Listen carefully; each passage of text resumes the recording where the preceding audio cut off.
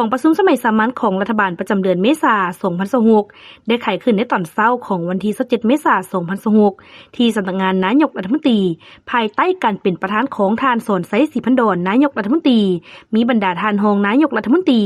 สมาชิกรัฐบาลประธานคณะกรรมการปกครองนครหลวงเวียงจันทน์เข้าร่วมแบบซึ่งหน้าคณะกรรมการปกครองบรรดาแขวงเข้าร่วมผ่านระบบกองประชุมทั้งไกล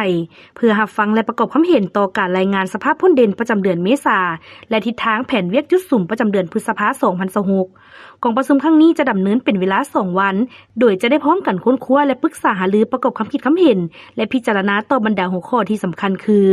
1. รายงานสภาพพ้นเด่นและเวียกงานจุดสุ่มฮีบด่วนจำนวนหนึ่งคือเวียกงานพ้นเด่นประจำเดือนเมษายนและทิศทางแผนการประจำเดือนพฤษภาคม 2026ของรัฐบาล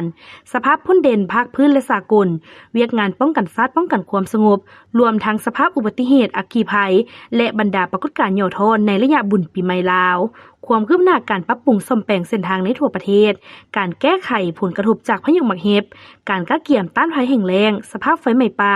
การทางป่าจูดป่าการแก้ไขปัญหาหมอกควัน PM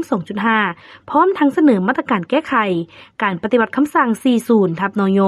ว่าด้วยการแก้ไขปัญหาน้ำมันและหันวิกฤตเป็นโอกาสเพื่อนำใช้รถไฟฟ้าและพลังงานทดแทนการแก้ไขปัญหาการลักลอบขุดค้นแร่ธาตุและทิศทางการคุ้มครองการพัฒนาแร่ธาตุในต่อหน้า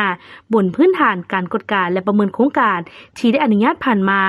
สภาพอัตราแลกเปลี่ยนเงินเฟ้อและมาตรการแก้ไข 2. ห่างแผนยุทธศาสตร์การพัฒนาตลาดทุนของสปป.ลาว 10 ปี 2026-2035 และวิสัยทัศน์ฮอดปี 2045 3. ห่างดำรัสว่าด้วยการถอนสิทธิ์นำใช้ที่ดิน 4. ห่างดำรัสว่าด้วยกองทุนกันและควบคุมเชื้อพยาธิเอดส์ HIV